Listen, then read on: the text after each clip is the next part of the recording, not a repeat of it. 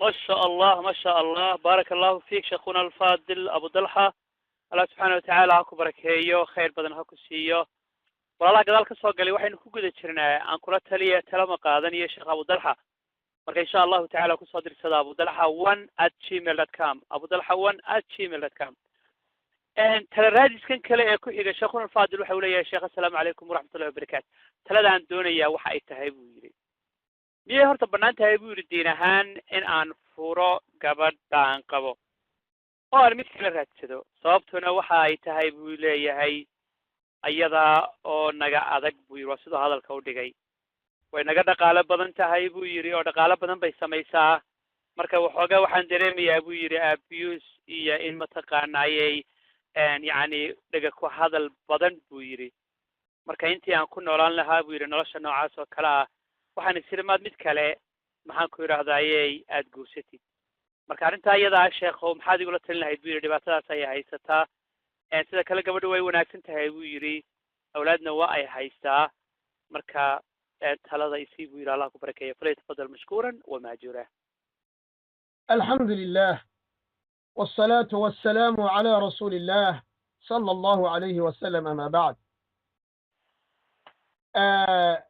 haweenayda aan qabo waa haweenay naga dhaqaalo badan, waxaana dareemayaa inay iga sarrayso. macnuhu saasaan u fahmay. dhaga ku hadal iyo hadallo markaas aan munaasab igu ahayn baan dareemayaa. haddaba ma furi karaa oo mid kale ma guursan karaa? haweenaydaadii oo lacag leh, xaaskaagii carruurta kuu dhashay oo lacag leh, qaabkaad u haysan lahayd ama aad u dhaqan lahayd lafteedu waa xeelad bay u baahantay, lafteedu xikmad bay u baahantay. haweenaydu lacag bay leedahay ma iska furaa? waa nooc min aljahli wey.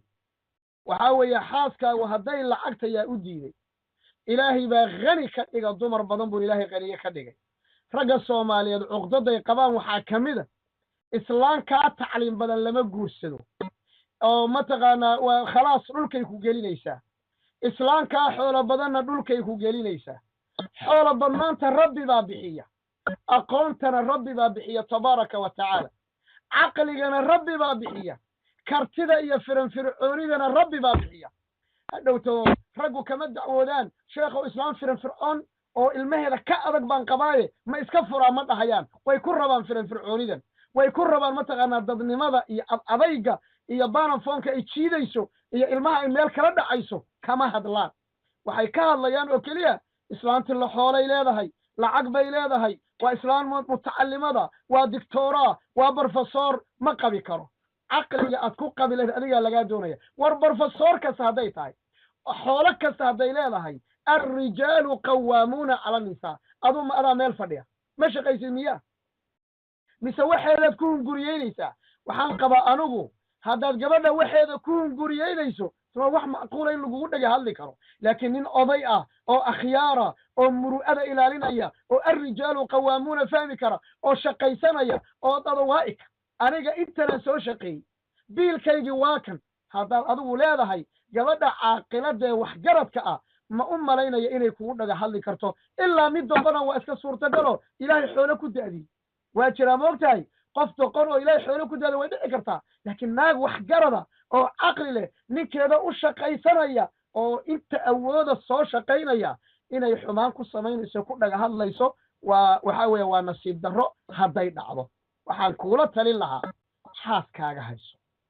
adduunka dhaqaalaaba la raadinayaa, dhaqaalaaba adiga iridda kaaga soo gale. xigmadeedii iyo caqligeedii samayso, xigmadeedii iyo caqligeedii yeelo oo carruurtaada iyo reerkaaga bilaash ha ku dubin, oo reerkaaga iyo caloosha mataqaana carruurtaada ha ka tegin. la joog. miya iyadu ku nacday? maya. waa gabadh wanaagsan baa tiri, oogu sabar oo ugu dulqaado, xataa haddii erayada qaarkood ay ka soo baxdo oogu dulqaado. de waa dumare. dadka dumarku dulqaad in loo dulqaatay u baahan yihin, waayo waa dad in la biilo oo ayaga wax loo qabto asalku ahaa weye. marka haddii iyadu wax qabanayso mararka qaarkood inay kula hadli karto waa wax suurtagale. arbuu hadalka laftaadu aad iska qoonsanaysaaye hadallo badan oo wax kuu dhima arbaan lagu dhihin.